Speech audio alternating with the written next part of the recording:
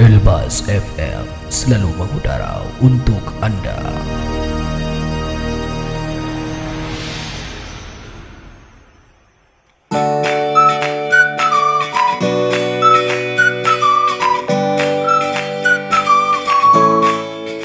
Assalamualaikum warahmatullahi wabarakatuh. Senang sekali rasanya kembali lagi di channel Radio Elbas. Dan kali ini podcast bersama saya Ayu Agustia, atau biasa dipanggil dengan rekan Ayu. Dan kali ini podcast kita di Ruang Ekonomi bersama narasumber kita Ibu Khairia Elwarda MAG, dengan tema fikih muamalah jual beli. Oke, langsung saja kita beri waktu kepada Ibu untuk memaparkan mengenai fikih muamalah jual beli ini. Silahkan Ibu. Ya baik, rekan Ayu, tapi saya jawab dulu ya salamnya ya. Saya jawab dulu dengan Waalaikumsalam warahmatullahi wabarakatuh. Jadi kita ini sudah podcast yang kesekian ya. Iya. Sudah podcast yang kesekian, dan untuk Ruang Ekonomi apalagi sudah banyak topik-topik yang diangkat di podcast Elbas, termasuk yang kaitannya dengan fikih muamalah. Dan pada podcast kali ini kita akan membahas tentang perdagangan atau jual beli ya, seperti yang rekan Ayu sampaikan. Tapi ini rekan Ayu sehat kan ya? Alhamdulillah sehat ya. Oke. Suaranya aman sekali ya. Bagi rekan setia yang sudah rindu, jadi melalui podcast ini bisa kembali mendengar gitu ya suara. Ini penyiar suaranya Mbak Ayu ya, atau suaranya Mbak Pamela. Tidak mengudara. Iya, lama gitu tidak mengudara ya. Jadi bersuanya lewat podcast ya. Nah, jadi kita membahas tentang jual beli ini karena jual beli ini adalah materi yang menjadi bagian dari mata kuliah ya. Ini rekan setia podcast dan juga Mbak Ayu, bagian dari mata kuliah fikih muamalah. Tapi ini juga sebenarnya selain nanti mahasiswa yang bisa mendengarkan, tentu pastinya juga masyarakat umum yang ingin belajar tentang ekonomi juga jangan sungkan-sungkan ya untuk mengunjungi podcast kita dan belajar melalui podcast Elbas tentang perdagangan atau jual beli ini. Nah, nanti karena juga bisa boleh diaplikasikan juga untuk kehidupan sehari-hari. Benar sekali, kan hampir setiap hari mungkin kehidupan manusia ini persentasenya itu cukup besar ya untuk jual beli ya. Walaupun nggak ada data ini ya berapa persen misalnya, tapi hampir setiap hari hampir isi dari kegiatan manusia itu pasti ada perdagangan atau jual beli ya. Dan hebatnya yaitu ya Islam itu mengatur hal ini dan dia masuk ke ranah fikih muamalah ya. Jadi ada khusus bahasan fikih yang namanya muamalah.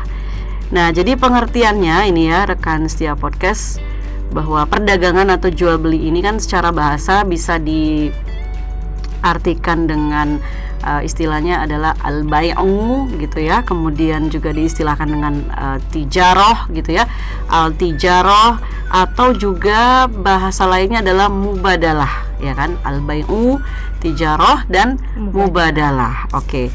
Nah, ini kan sebagaimana misalnya firman Allah Subhanahu wa taala bisa dilihat ya di buka surat Fatir ayat 29 ya, yang ada kata-kata tijarahnya. Jadi di sini dibunyikan Bismillahirrahmanirrahim, yarjuna tijaratan lan tabura ya, pendek ayatnya.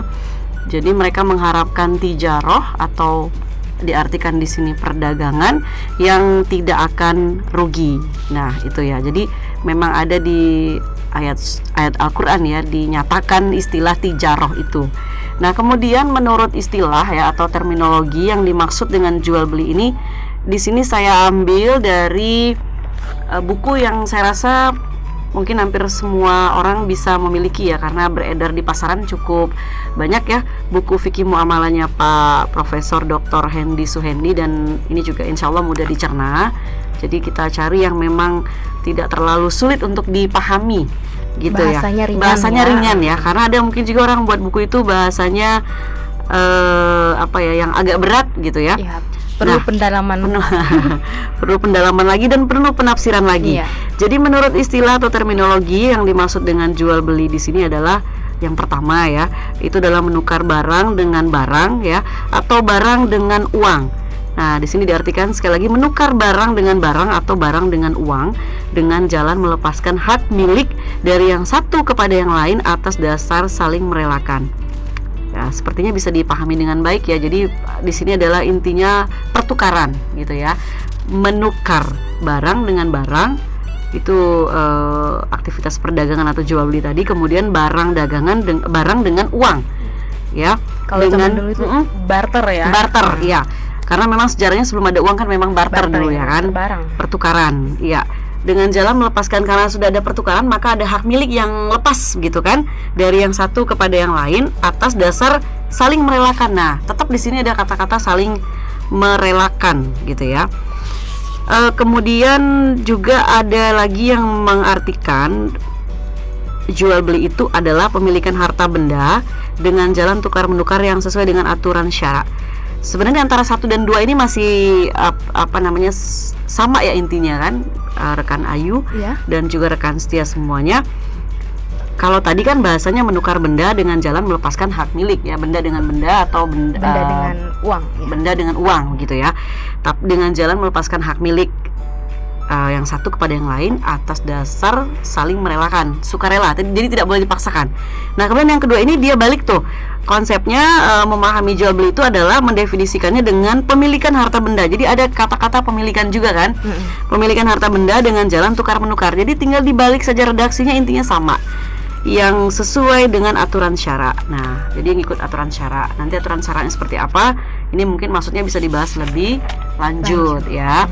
Nah, kemudian ada lagi pengertian, ada beberapa ya pengertian di sini, tapi mungkin kita ambil 3 saja ya. Misalnya di sini ada banyak, ada 6 ya istilah atau pengertian dari jual beli secara terminologinya, tapi kita tidak ambil semuanya. 3 saja ya, cukup 3 kan sudah dikatakan jamak ya. Banyak ya. Jadi yang ketiga itu diartikan saling tukar harta ya, saling menerima, dapat dikelola atau ditasyarufkan gitu ya, dengan ijab dan qabul dengan cara yang sesuai dengan syara. Jadi lagi-lagi memang di sini adalah akad pertukaran ya kan. Jual beli itu bertukar barang dengan barang, barang dengan uang, kemudian berpindah hak miliknya. Gitu ya, hak milik dengan ada saling merelakan ya, atau juga dengan sesuai dengan aturan syara. Ya. Nah, itu baru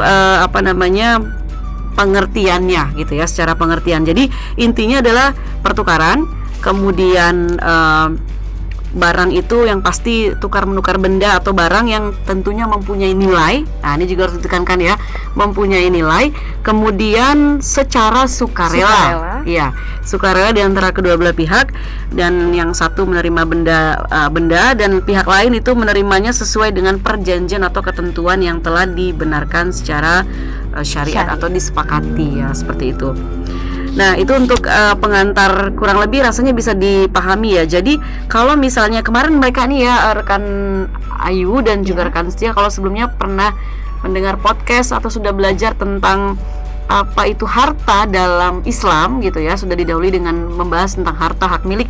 Maka kalau benda-benda seperti misalnya ya barang-barang terlarang ya, babi misalnya, saya babi lihatnya ke siapa ya? Babi saya lihatnya ke operator ya. Ya Allah, maafkan ya. Jadi benda-benda seperti misalnya alkohol ya, babi atau barang-barang terlarang ya, masuk ke dalam kategori haram. Betul. Ini ya haram diperjualbelikan, sehingga jual beli itu dipandang ya jatuhnya batal kan begitu ya, batal. Dan jika dijadikan harga penukar maka dianggap ini hukumnya kalau dalam fikih muamalah namanya fasid ya. Batal ya. Nah, itu dia. Jadi kemudian juga rekan Sia selanjutnya di sini juga bisa disampaikan kalau jual beli ini ada menurut pandangan ulama Malikiyah. Memang kalau membahas fikih itu tidak lepas dari pemikiran mazhab ya, mazhab atau aliran. Tapi kemudian jangan diartikan Islam itu kemudian bermazhab. Tapi ini adalah bentuk, kalau saya pribadi ya, kita memahami hazanah pemikiran di masa lalu gitu ya, aliran cara pandang yang memang itu relevan dengan sekarang. Artinya pemikiran mereka ini memperkaya gitu ya, memperkaya hazanah keimanan. Karena tidak mungkin semua kita punya kemampuan untuk menggali isi Al-Qur'an, hadis atau kandungan apa yang ada di dalam Islam itu kalau tidak ada ya perantara seperti mereka yang memang sudah belajar lebih dulu begitu ya. Dan jangan sampai mazhab ini menjadikan perbedaan. Benar. Jadi tetap harus luas juga menyikapi perbedaan pandangan ini. Jadi jadikan hazanah tapi saling menghargai seperti itu, dan kita juga harus tahu kenapa kemudian kita misalnya suatu saat berpandangan seperti apa yang dikatakan oleh Malikiyah misalnya.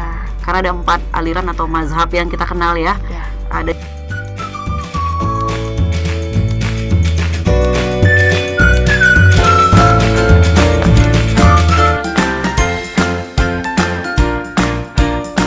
saja dan kapan saja. Pastikan Anda selalu menyimak 97.6 Radio Elbas FM.